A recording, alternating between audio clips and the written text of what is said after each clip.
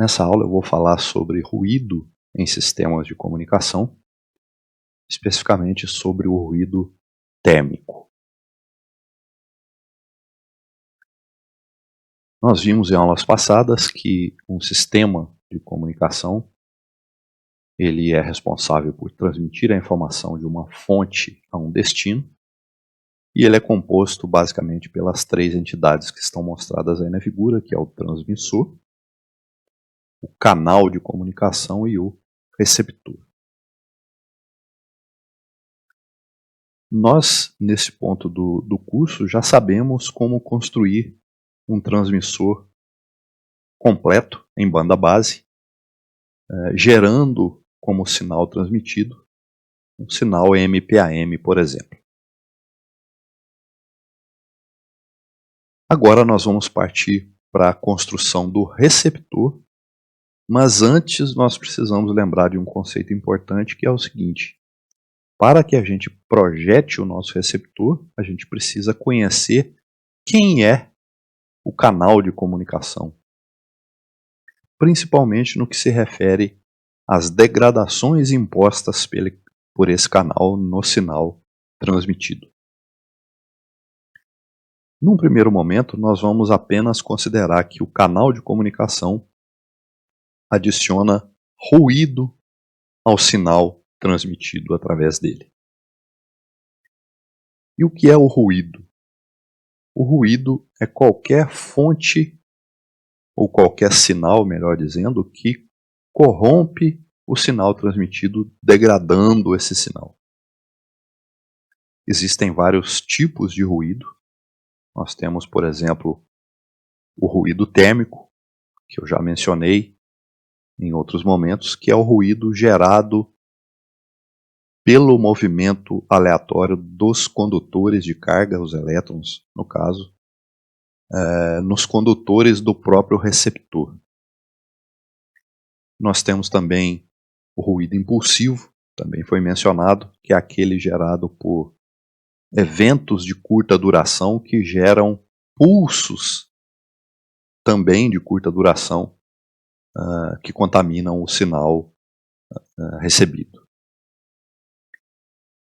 Nós temos também o ruído gerado por fontes externas ao sistema, por exemplo, um outro sistema de comunicação operando nas proximidades da faixa de frequência utilizada pelo nosso sistema, pode também gerar um sinal interferente que degrada o sinal recebido e que, por consequência, pode ser considerado como ruído. Como eu disse no início dessa aula, nós vamos nos concentrar no ruído térmico, por ser um tipo de ruído que está sempre presente nos sistemas de comunicação. Então, quem é esse ruído térmico? Se nós submetemos esse receptor a uma temperatura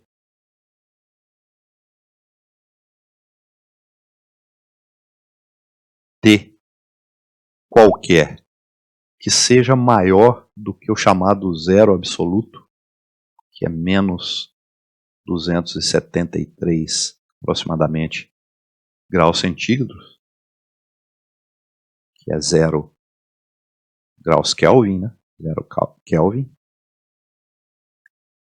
Qualquer que seja a temperatura desse receptor, se ela for maior do que o zero absoluto, vai haver agitação dos elétrons nos condutores desse receptor, e essa agitação será tanto maior quanto maior for essa temperatura. E essa agitação desses elétrons, né, gera então um movimento desses elétrons, e um movimento de elétrons é um movimento de cargas que a gente pode interpretar como uma corrente elétrica, que no caso é uma corrente que não é aquela que nós projetamos para que aconteça no nosso receptor, mas sim uma corrente aleatória gerada por esse efeito da temperatura. E essa corrente aleatória, ela gera o que nós chamamos de ruído térmico. Então, em termos de modelo, a gente pode dizer que a gente tem um transmissor e que o ruído térmico está sendo adicionado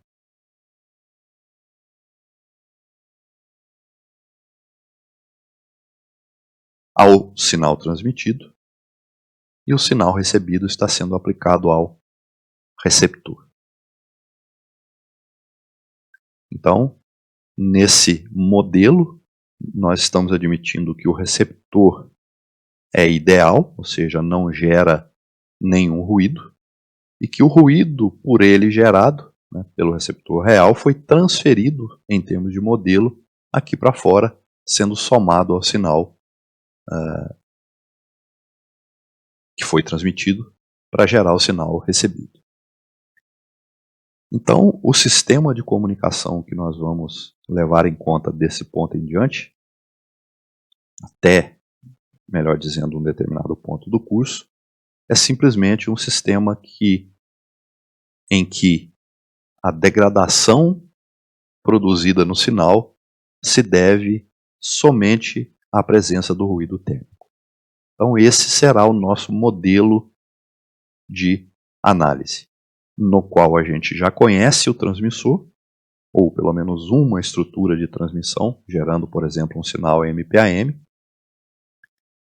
Nós queremos dimensionar o receptor, mas, como eu disse, nós precisamos, para realizar esse dimensionamento, conhecer o canal de comunicação, e agora nós já conhecemos. O nosso canal de comunicação ele é representado pela adição do ruído térmico ao sinal transmitido. Em termos de modelo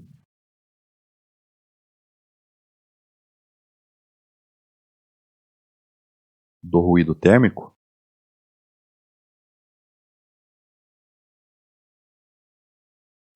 a gente tem a seguinte situação. Suponhamos que eu tenha um resistor de valor R submetido a uma temperatura T.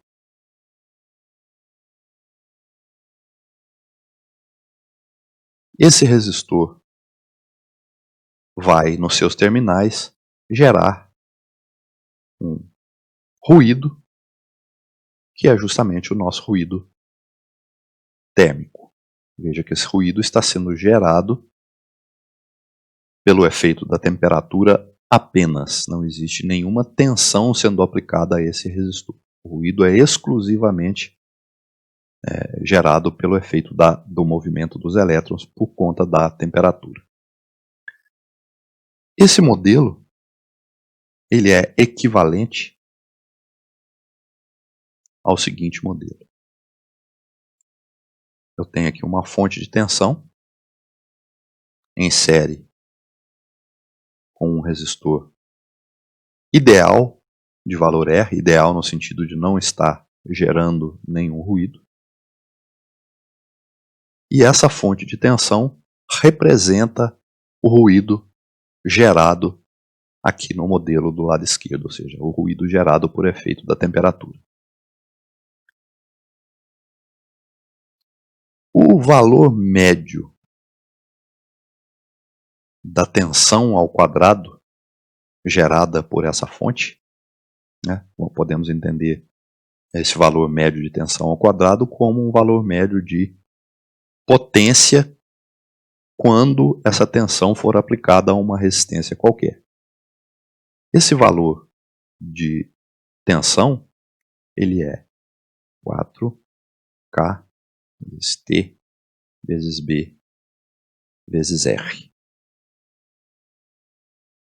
E aqui, nos terminais, eu tenho o ruído térmico, como colocado aqui do lado esquerdo.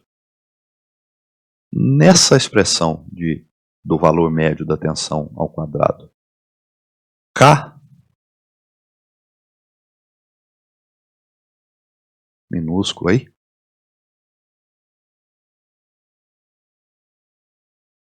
é a constante de Boltzmann, cujo valor é aproximadamente 1,381 vezes 10 a menos 23 Joule por Kelvin.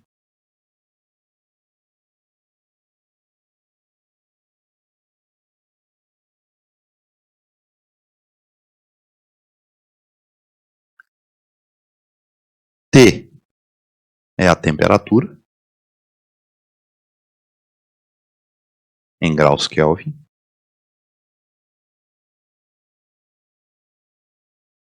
B é a largura de faixa.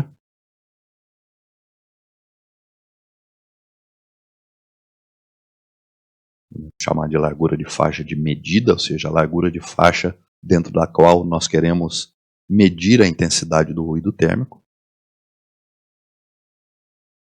E, obviamente, o R é a resistência em ohms. A potência do ruído entregue nesses terminais vai depender do valor da carga entregue a esses terminais. Nós conhecemos um conceito de máxima transferência de potência, que é a situação que irá ocorrer quando o valor da carga for igual à resistência interna do gerador.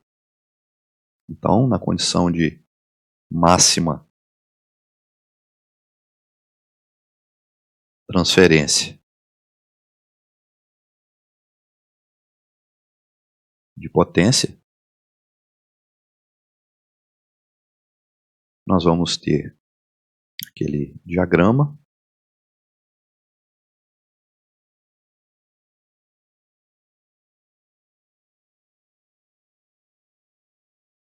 e conectado à saída uma carga de valor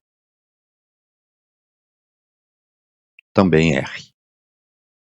E nesse caso, a potência de ruído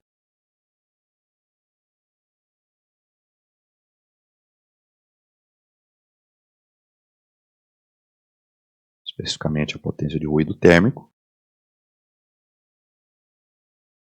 vai ser, vamos denotar por N, igual a K T B.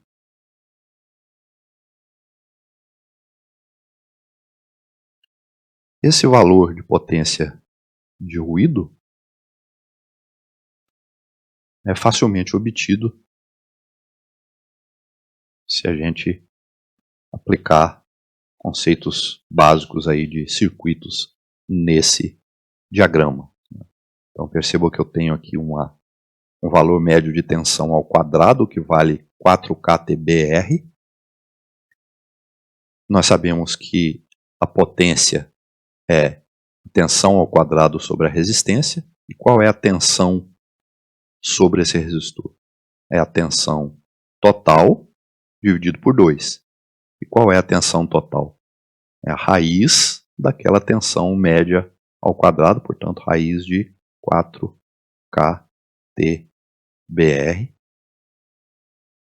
Então, isso aqui é a tensão total dividido por 2, portanto, a tensão sobre a carga, ao quadrado sobre R.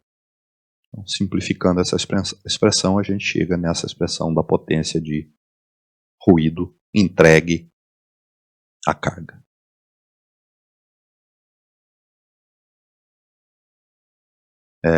Do ponto de vista físico, literalmente o que significa isso que nós acabamos de ver é o seguinte: se eu conectar um medidor de potência nesses terminais, submetendo esse resistor a uma temperatura T, a potência medida por esse medidor desde que esse medidor tenha uma resistência interna igual a R, vai ser justamente K vezes T vezes B. Em telecom,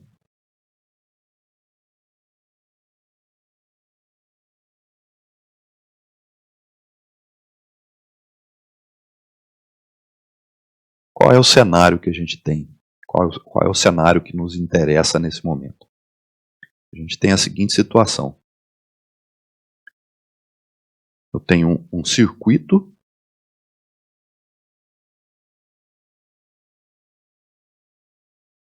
receptor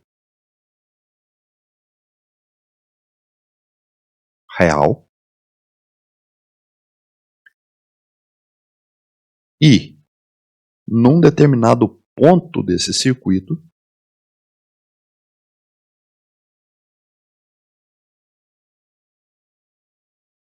que é a entrada de um filtro chamado de filtro casado,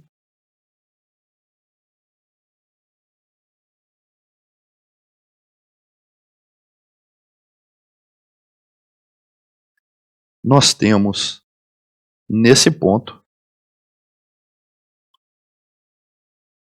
uma densidade espectral de potência, de ruído térmico,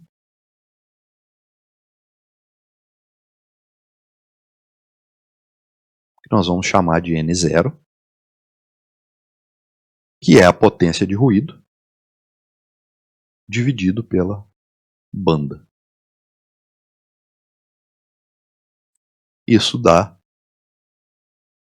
K, T, B sobre B. Só que nós vamos chamar essa temperatura aqui de temperatura equivalente de ruído.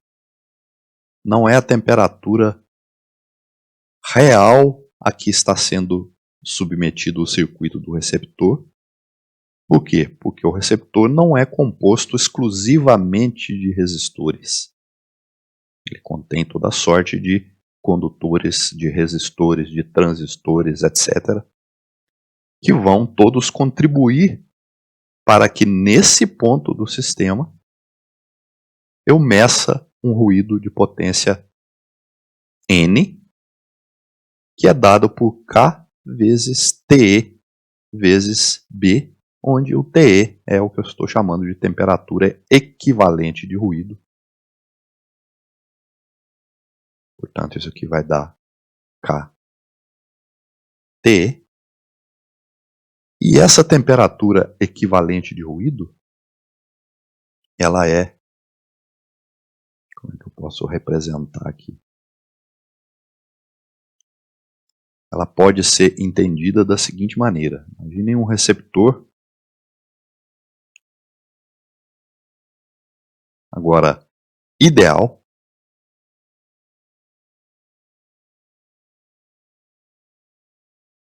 no sentido de não estar gerando nenhum ruído térmico. E imaginem que eu faça o seguinte, eu tenho aqui esses terminais, da mesma forma que anteriormente, ligados aqui no nosso filtro casado. Nós não sabemos o que é esse filtro casado por enquanto, mas não precisamos, nós vamos estudá-lo um pouco mais adiante. E agora sim nós vamos conectar a esses terminais um resistor submetido a uma temperatura T igual a T. Ou seja, então vamos recapitular. O diagrama agora, idêntico ao diagrama anterior, considera que o receptor não está gerando nenhum ruído e que eu estou conectando aos terminais de referência, ou seja, aos terminais que me interessam, um resistor e estou submetendo esse resistor a uma temperatura igual a essa temperatura que eu estou chamando de temperatura equivalente de ruído. Nessa situação, a densidade espectral de potência de ruído gerado, ou do ruído gerado por esse resistor, será justamente o nosso N0 watts por hertz. Então esse é o significado ou a interpretação dessa temperatura equivalente de ruído. Temperatura equivalente de ruído é a temperatura a qual esse resistor R seria submetido para gerar nos mesmos pontos de referência do sistema o ruído que o sistema real gerou. Só que aqui um sistema ideal que não gera ruído. Ok?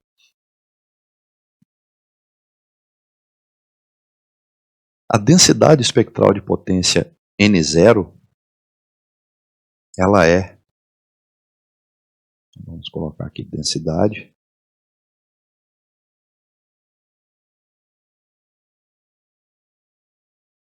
espectral de potência, simplificar por dep N0. Essa densidade espectral de potência, ela pode ser representada no domínio da frequência de duas maneiras.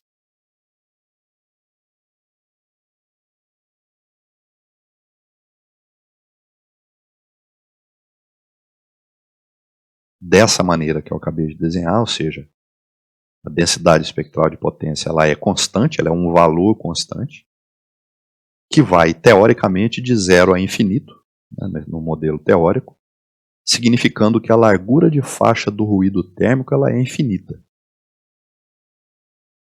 Na prática, ela não é obviamente infinita, mas ela tem um valor muito elevado. A largura de faixa do ruído térmico é muito elevada. Está na casa aí dos terahertz, para vocês terem uma ideia. Essa densidade espectral de potência ela pode ser representada dessa maneira que eu acabei de desenhar, ou de maneira equivalente,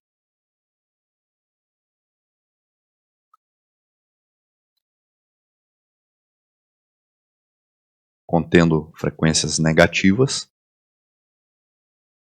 e aqui N0 sobre 2 watts por hertz. Essa representação da esquerda é chamada de densidade espectral de potência unilateral.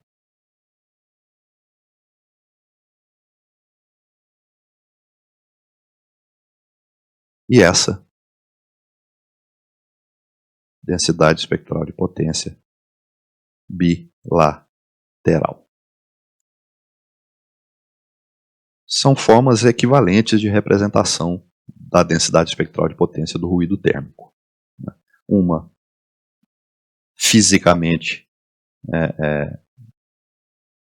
correta, ou seja, condizente com o que acontece na realidade, frequências acima de zero, e a outra que é mais conveniente do ponto de vista de tratamento matemático, que é a representação bilateral, onde existem as componentes negativas de frequência.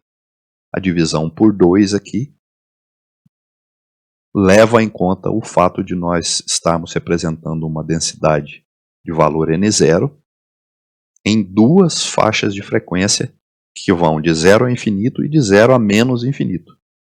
Então eu tenho que dividir por 2 para que a densidade total, ou a potência total, seja devidamente considerada. Por exemplo, numa banda B, a potência do ruído,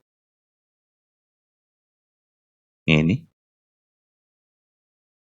é igual a N0 vezes B. O mesmo resultado eu obtenho se eu representar aqui a banda B dessa maneira.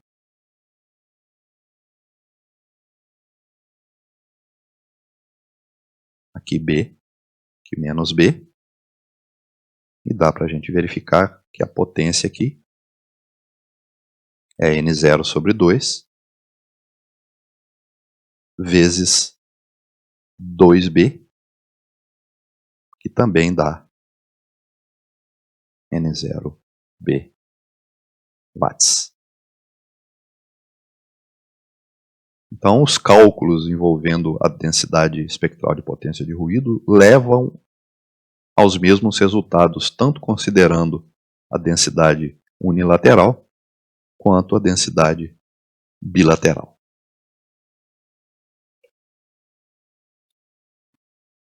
De onde eu tirei esse cálculo de potência de ruído como sendo N0 vezes B, que no primeiro caso, ou N0 sobre 2 vezes 2B no segundo caso? Aqui vale lembrar um conceito importante, que se vocês ainda não conhecem, vamos ver aqui pela primeira vez, que é o cálculo de potência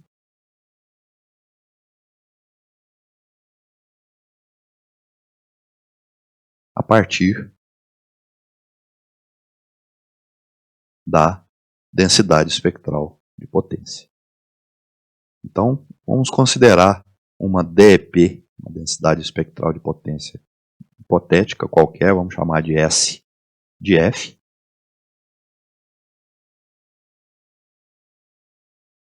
Representada na forma unilateral dessa maneira, ou na forma bilateral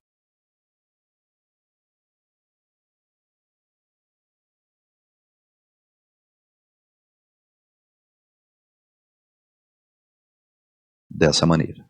Tem aqui S de F. Se aqui for 1, aqui será meio.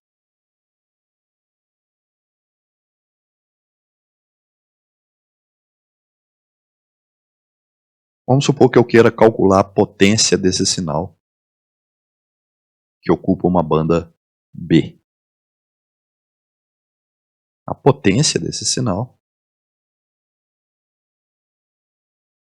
vou chamar de P aqui, é a integral dessa função, ou seja, é a área da densidade espectral de potência, que nesse caso é a integral de 0 a B de S de F dF. Ou, equivalentemente, vai dar o mesmo resultado. Essa potência P é a integral de menos B a B de S de F dF. Como eu multipliquei por meio aqui, percebam que o resultado dessa segunda integral dá idêntico ao resultado da primeira integral. Então, o que eu fiz nessas duas densidades espectrais de potência de ruído aqui foi justamente aplicar esse conceito de que a potência de um sinal é a área da densidade espectral de potência. A área dessa função constante na banda B é N0 vezes B.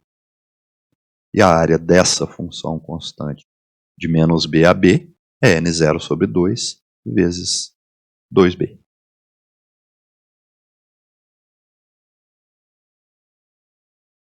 Devido ao fato do ruído térmico ocupar toda a faixa de frequências, esse ruído térmico ele é conhecido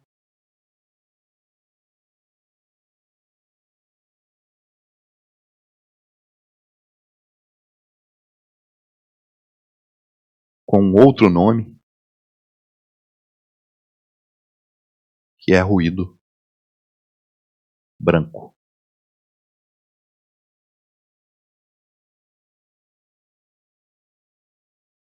Por que ruído branco? O termo é usado fazendo uma alusão ao que acontece com a luz branca. A luz branca é composta por todos os comprimentos de onda da luz visível. Então, ou seja, tem todos os comprimentos de onda, todas as frequências da luz visível. O ruído térmico, por conter todas as frequências, também é chamado de ruído branco. Apenas para aproveitar o conceito, né? Se eu atravessar o ruído branco por um filtro passa baixas, de tal forma que a saída se torne, por exemplo, assim, ou seja, o ruído de entrada tinha uma banda infinita e ao passar pelo filtro eu restringi a banda. Esse ruído de saída aqui, ele pode ser chamado, e muitas vezes é chamado de ruído térmico colorido. O termo colorido para fazer referência ao uso do termo branco na entrada. Né? Ruído branco, ruído completamente plano em termos de densidade espectral de potência na entrada do filtro, e um ruído com limitação de banda na saída do filtro, que é chamado de ruído colorido. O mesmo aconteceria com a luz branca se nós restringíssemos a quantidade de componentes de frequência dela. Em vez de branca, ela se tornaria colorida. Né? Qual cor ela se tornaria depende, obviamente, de quais frequências tivessem sido mantidas no espectro da luz.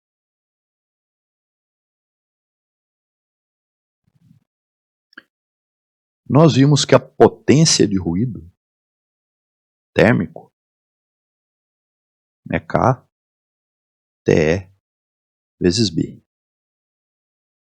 Se nós isolarmos a temperatura equivalente de ruído, TE, eu vou ter N por KB. Onde N por B, ou seja, a potência de ruído dividido pela banda, é a densidade espectral de potência do ruído. Qual é a conclusão? A conclusão é que a temperatura equivalente de ruído é proporcional à densidade espectral de potência do ruído, ou seja, é proporcional à intensidade do ruído. E em muitos casos, essa temperatura equivalente de ruído é um parâmetro utilizado para determinar a qualidade do sistema de comunicação, por exemplo. Então é muito comum a gente ver em sistemas de telecomunicações subsistemas sendo caracterizados por um parâmetro chamado justamente de temperatura equivalente de ruído, ou simplesmente temperatura de ruído. Então, quando eu digo, por exemplo, que um amplificador tem temperatura de ruído X, esse número X, esse valor X, dá para a gente a ideia do quanto de ruído térmico esse amplificador gera. Então, se eu tenho, por exemplo, dois amplificadores, um tem uma temperatura de ruído maior do que o outro, significa que aquele que tem a temperatura de ruído maior é pior do que o outro. Por que ele é pior? Porque ele gera mais ruído térmico. Então, esse parâmetro temperatura de ruído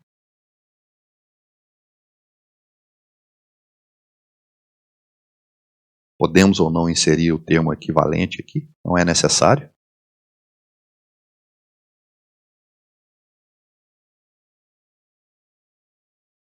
É um parâmetro que nós vamos utilizar desse ponto em diante da nossa conversa para qualificar um subsistema de comunicação qualquer.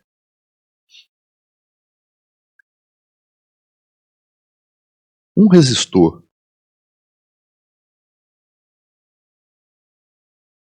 de valor qualquer R, submetido à temperatura ambiente de aproximadamente 17 graus centígrados, que é igual a aproximadamente 290 Kelvin,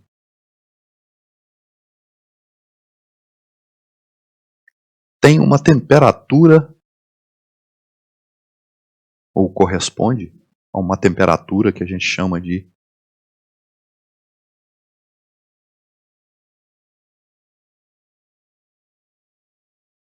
T0, que é a temperatura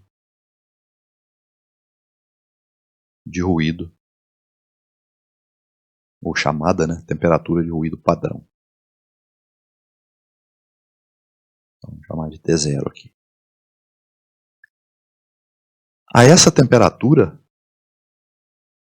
a densidade espectral de potência do ruído, em dBm por Hertz,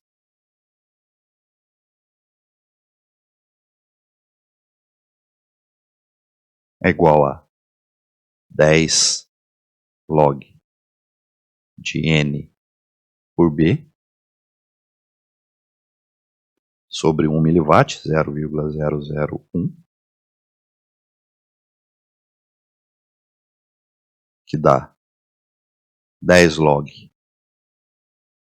potência de ruído K T0 B dividido por B sobre 0,001, que é igual a 10 log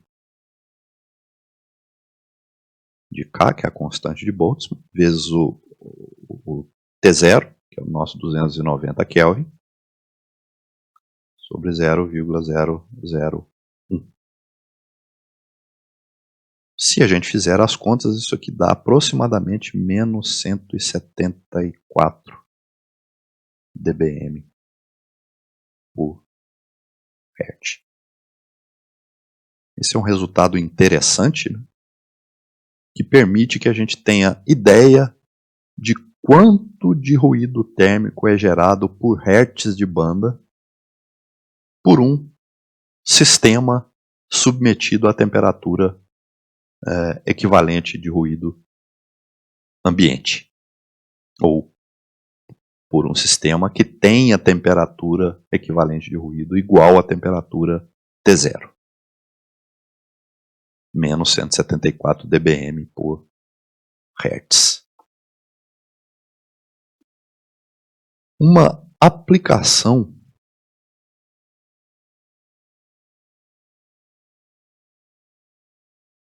da temperatura de ruído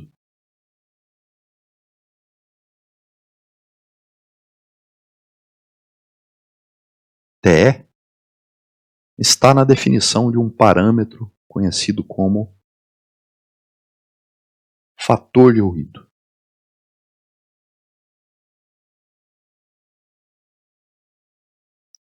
O que é o fator de ruído?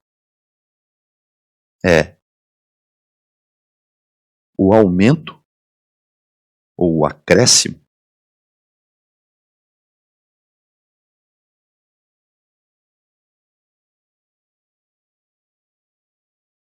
de ruído produzido por um sistema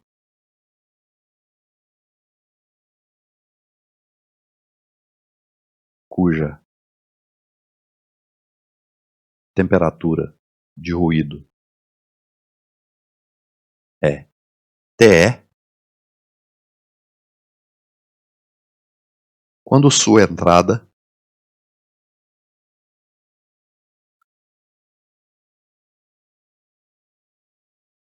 está conectada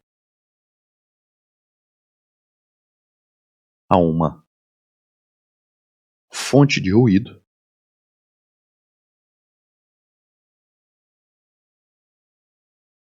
à temperatura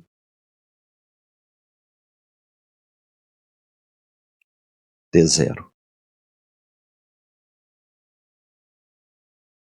Então esse fator de ruído, que vamos chamar de F,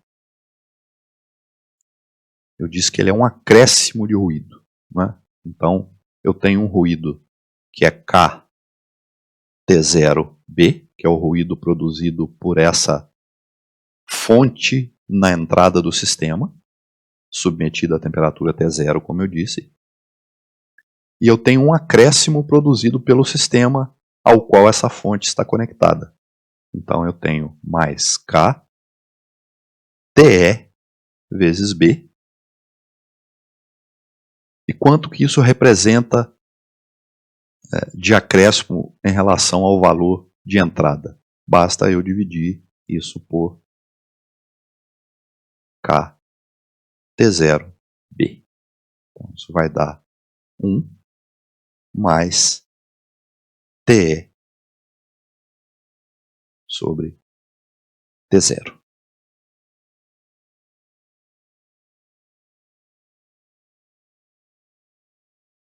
Uma outra maneira de definir ou de entender esse fator de ruído, né, como ele é um acréscimo de ruído produzido por um sistema, um acréscimo de ruído muda a relação sinal-ruído.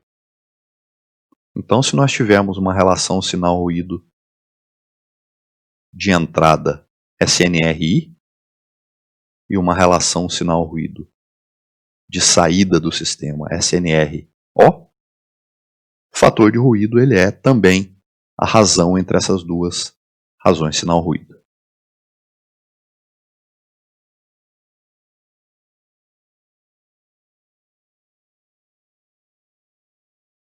Quando o F ele é expresso em dB, então, quando F está em dB, é chamado de figura de ruído.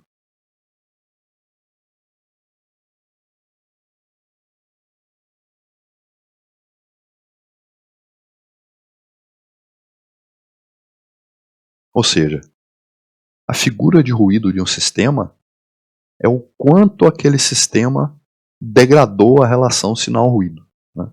Por exemplo, se eu tenho uma relação sinal-ruído SNR-I de, digamos, 20 dB, aplico a um sistema cuja figura de ruído é 3 dB,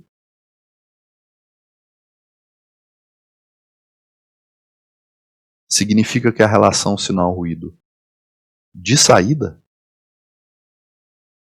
foi piorada por esse sistema em 3 dB. Por que ela foi piorada? Porque esse sistema adicionou ruído ao sinal, ruído térmico ao sinal.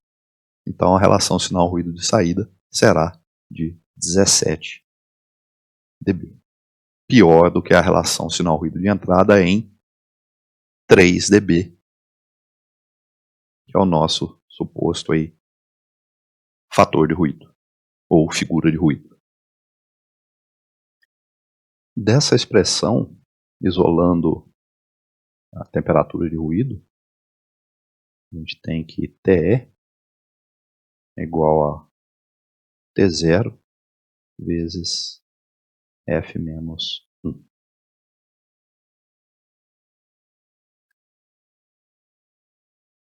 Existem alguns casos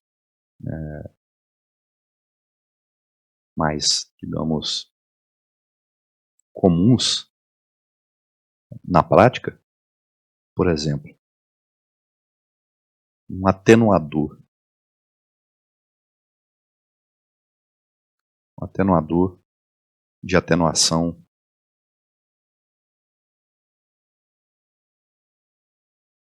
L.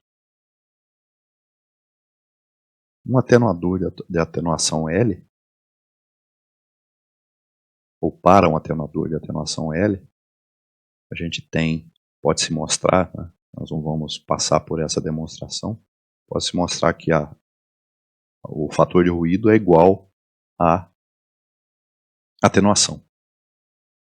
Então, nesse caso, a gente tem a temperatura de ruído de um atenuador igual a T0 multiplica L menos 1.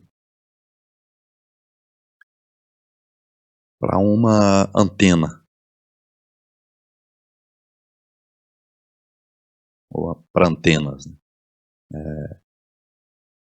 Vamos chamar aqui, vamos dividir em duas categorias: antenas terrestres, para comunicações terrestres. Normalmente, a temperatura equivalente de ruído ela é alta devido ao ruído gerado pelo próprio aquecimento da Terra.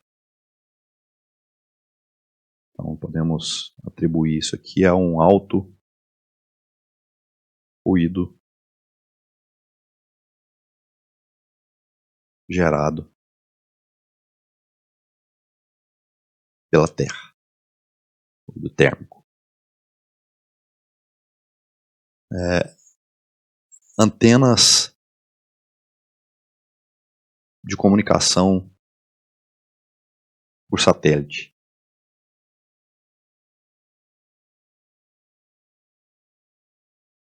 Pelo fato da antena estar apontando para o espaço, eu não tenho influência do aquecimento da Terra no aumento da temperatura de ruído dessa antena, ou seja, eu não tenho influência da Terra na quantidade de ruído gerado pela antena. Então a temperatura equivalente de ruído da antena vai ser mais baixa. Então eu tenho ruído da Terra nulo, praticamente nulo.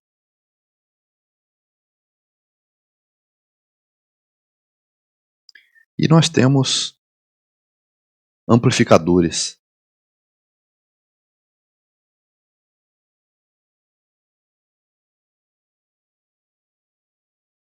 Com vários valores de temperatura equivalente de ruído.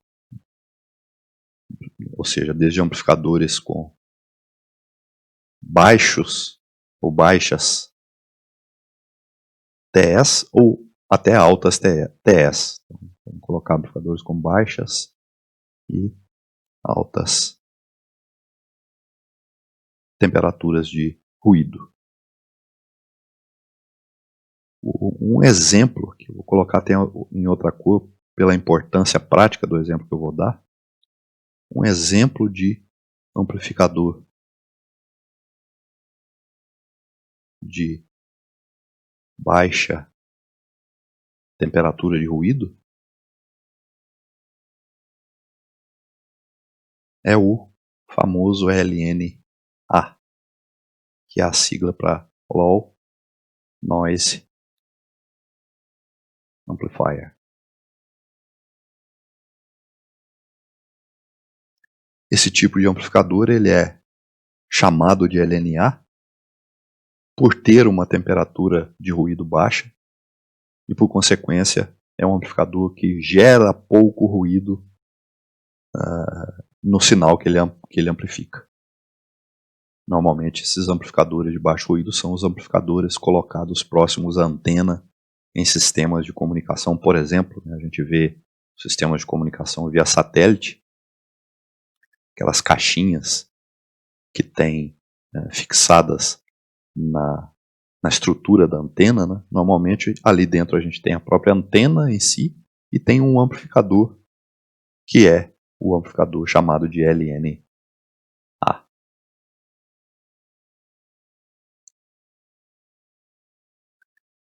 Quando a gente tem vários subsistemas em cascata, a gente pode analisar tanto a temperatura de ruído quanto o fator de ruído para o conjunto de sistemas em cascata. No caso específico da temperatura de ruído, a gente tem que TE é igual a T1 mais T2 por G1 mais T3 por G1 vezes G2, etc., mais Tn sobre G1 vezes G2, etc., vezes Gn menos 1.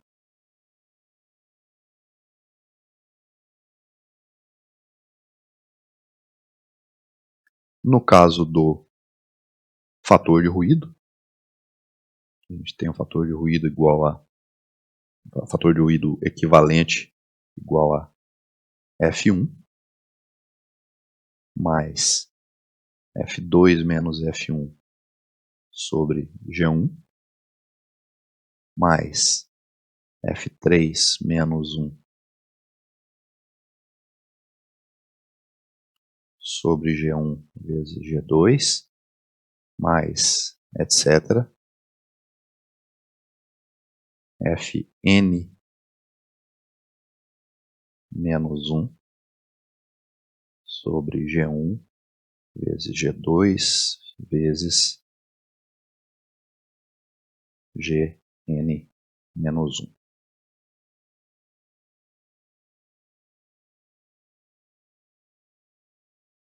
Então essas são as expressões que permitem que a gente determine para uma cascata de sistemas quaisquer qual é a temperatura de ruído equivalente e qual é o fator de ruído. Ou seja, como, no final das contas, qualquer um desses parâmetros diz para a gente como que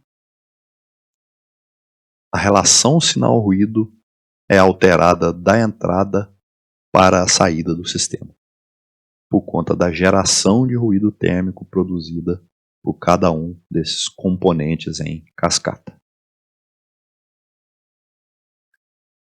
O que nós vamos fazer agora é aplicar essas duas expressões que eu acabei de colocar num estudo de caso de um sistema real, para a gente entender o impacto dessa cascata de sistemas no desempenho do sistema real do ponto de vista de geração de ruído.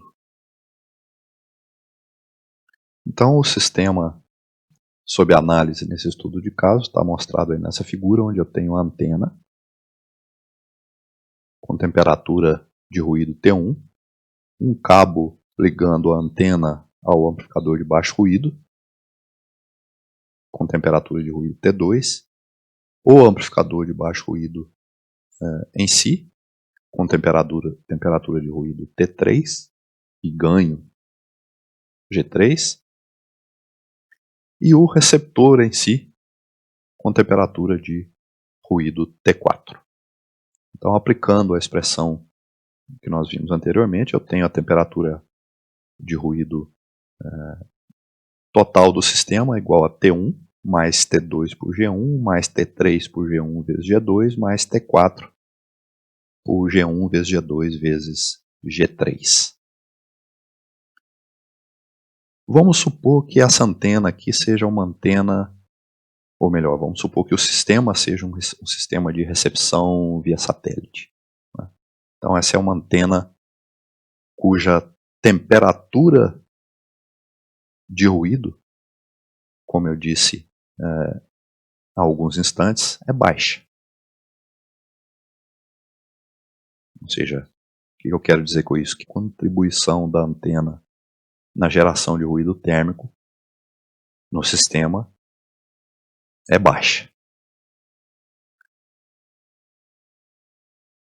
T2 é a temperatura de ruído do cabo. Como que a gente calcula o T2?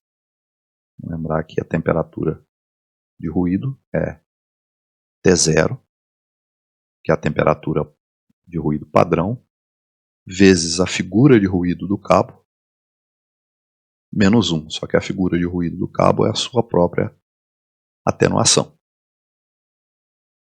Ou seja, se esse cabo, por hipótese, for um cabo longo, para deixar o nosso exemplo mais ilustrativo, significa que a atenuação é alta. Se a atenuação for alta, significa que a temperatura de ruído do cabo é alta.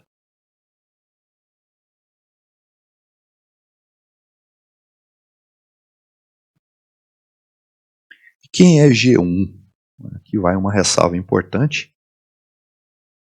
Da mesma forma que um cabo, a antena contribui nessa análise de ruído térmico como se fosse um atenuador. E a atenuação aí é no seguinte sentido.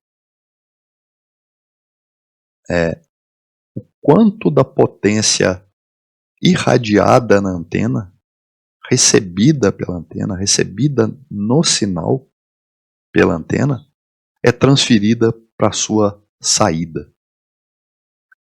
Ou seja, o G1 aqui da antena, ele é a potência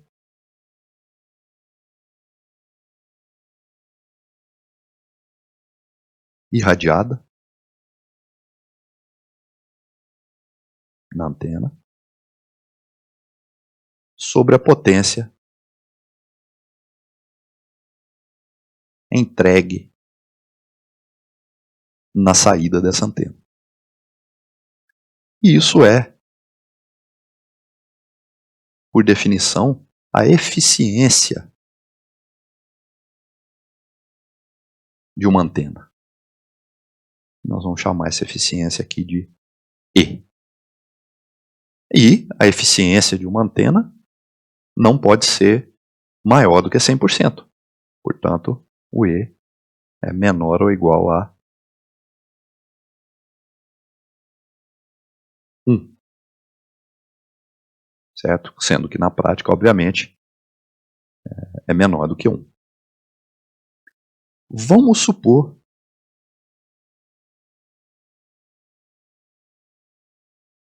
que a eficiência dessa antena não seja muito alta. Ou seja, vamos supor que E seja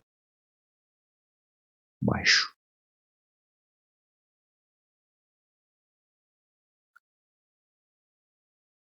T3 é a temperatura de ruído do amplificador de baixo ruído, que é um amplificador especial que tem, por definição, baixa temperatura de ruído. Então, T3 é baixa. E o T4 é a temperatura de ruído do receptor, que pode ser qualquer aqui na nossa análise. Então, vamos ver o que vai acontecer aqui. Como o T1 é baixa, então ela está contribuindo pouco com a temperatura de ruído total do sistema. T2, por hipótese aqui, é alta, porque nós estamos supondo um cabo com grande atenuação. E nós temos aqui T2 por G1, ou seja, T2 pela eficiência. Ora, como a eficiência é baixa, significa que ela é consideravelmente menor do que 1. Então eu estou multiplicando T2, que é um valor alto, por um número que é 1 sobre E. Sendo E bem menor do que 1, significa que 1 sobre E é elevado. Então tudo isso aqui, ó, aliás, deixa eu fazer diferente para não gerar confusão. Todo esse termo aqui, ó, vai ser então muito alto. E aqui já vai uma primeira observação extremamente importante. Veja só que, pelo fato de a gente ter um cabo nessa posição, ou seja, entre a antena e o LNA, esse cabo está contribuindo com um valor muito alto para a temperatura de ruído total do sistema. O que a gente faz na prática para evitar que isso ocorra? a gente elimina esse cabo desse ponto do sistema, ou seja, a gente faz com que esse LNA seja colocado próximo à antena. E essa é a razão pela qual a gente vê, fazendo rapidamente aqui um rascunho, naquele sistema de recepção via satélite, né? A gente tem aqui aquela caixinha que contém a antena, de fato, né? Então a onda eletromagnética vinda do satélite reflete no refletor parabólico e vai para a antena que está dentro aqui da caixinha. E junto dessa antena eu tenho o LNA.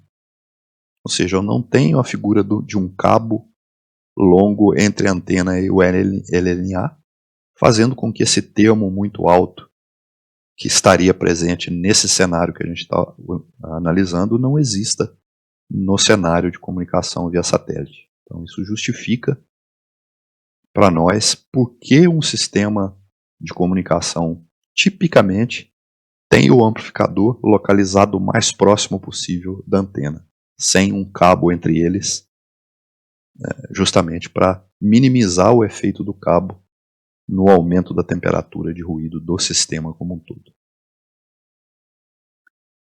O próximo termo é T3 sobre G1 vezes G2.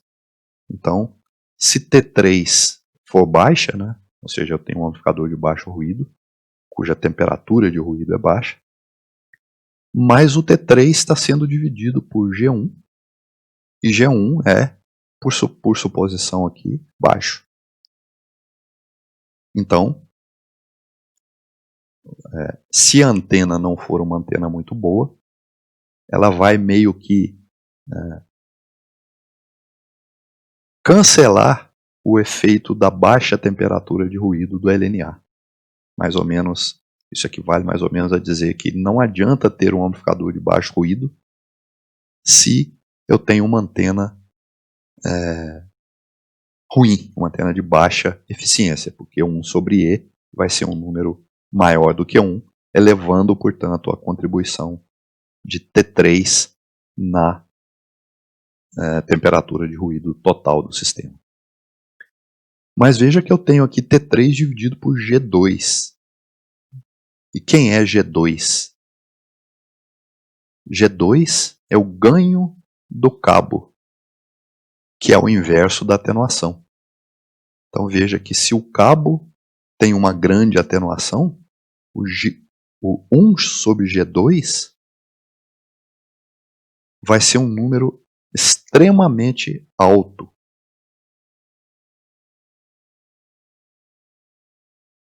Por quê? Porque 1 sobre G2 é justamente a atenuação do cabo. Ou seja, mais uma vez, né, a gente tem a razão, ou mais uma razão, para não ter um cabo entre a antena e o LNA, porque esse cabo contribui aqui com 1 sobre G2, que é L, que é a atenuação do cabo, elevando significativamente a contribuição da temperatura de ruído do LNA na temperatura de ruído total do sistema. Ou seja, mais uma vez, não faria sentido, então, não adiantaria ter um LNA com baixa temperatura de ruído, se eu tenho entre a antena e esse LNA um cabo de grande atenuação. E por fim, a contribuição do receptor no ruído total gerado pelo sistema. Então eu tenho a temperatura de ruído do receptor dividida pelo ganho G3, né? E aí se o amplificador de baixo ruído tiver um ganho elevado, significa que eu vou ter uma baixa geração de ruído do receptor no todo aqui, no sistema como um todo. Mas eu continuo tendo aqui a influência de G1 vezes G2, né? Tanto G1 quanto G2. Né? G1 é a própria eficiência, que é um número menor do que 1. G2 é 1 sobre L, que é a atenuação do cabo. Portanto, 1 sobre G1 vezes G2 é um número grande, que vai estar contribuindo de maneira desfavorável com o aumento da temperatura de ruído do sistema como um todo. E isso, mais uma vez, leva à necessidade de a gente não ter na prática um cabo longo pelo menos, entre a antena e o LNA. E também, de preferência, que a gente tenha uma antena de boa eficiência. Então esse estudo de caso aí mostra pra gente uma aplicação desse fator de ruído e, por consequência, da temperatura de ruído de um sistema sendo influenciada pelas várias temperaturas de ruído dos sistemas que estão em cascata. E aí a colocação, a ordem de colocação dos sistemas é importante, principalmente no que se refere à presença do cabo entre antena e LNA. É bom que esse cabo seja o mais curto possível. Por fim, aqui nessa figura a gente tem na parte superior uma forma de onda típica de um ruído térmico. Se nós fizermos um histograma das amplitudes desse ruído térmico, nós vamos encontrar uma figura parecida com essa que está mostrada aí na parte de baixo. E nós sabemos da teoria de probabilidade que um histograma tem o seu formato aproximado da função densidade de probabilidade daquele fenômeno aleatório que se está observando. Em outras palavras, se nós observarmos essa forma de onda de ruído por um tempo suficientemente grande, o aspecto do histograma, que são essas barrinhas que estão colocadas aí, vão se assemelhar a uma função densidade de probabilidade gaussiana, que está desenhada em linha cheia na parte de baixo da figura. E dá para perceber que essa densidade de probabilidade gaussiana tem em média 0. E a dispersão dessa gaussiana, ou seja, o quanto essa gaussiana é mais ou menos aberta, tem a ver com a potência do ruído. Porque, sendo esse ruído um sinal de tensão, a variância do ruído é a sua potência, porque ele tem em média 0. Então, quanto mais intenso for o ruído térmico, mais aberta vai ser a gaussiana, função densidade de probabilidade gaussiana, que caracteriza esse ruído. Então nós temos a seguinte situação. O ruído térmico, ele age de forma aditiva no sinal, ou seja, se eu transmitir um sinal qualquer, essa forma de onda do ruído vai ser adicionada ao sinal. Então o ruído térmico ele é aditivo. Ruído térmico. Ele é aditivo. Ele é gaussiano, porque a densidade de probabilidade das variações de amplitude é gaussiana. E ele é branco, porque ele contém todas as componentes de frequência. E isso, todos esses termos juntos aí, levam à sigla AWGN, que é Additive, aditivo, White, branco, Gaussian, gaussiano, e Noise, que é ruído. Então, no nosso modelo de sistema, para o qual nós já conhecemos a estrutura de um possível transmissor, por exemplo, o transmissor MPAM, nós vamos ter adicionado ao sinal transmitido o nosso ruído térmico. E o sinal recebido vai ser aplicado ao receptor, que a partir da próxima aula vai começar a ser construído. Esse modelo de canal com adição de ruído térmico a gente chama de canal AWGN. Por hoje é só.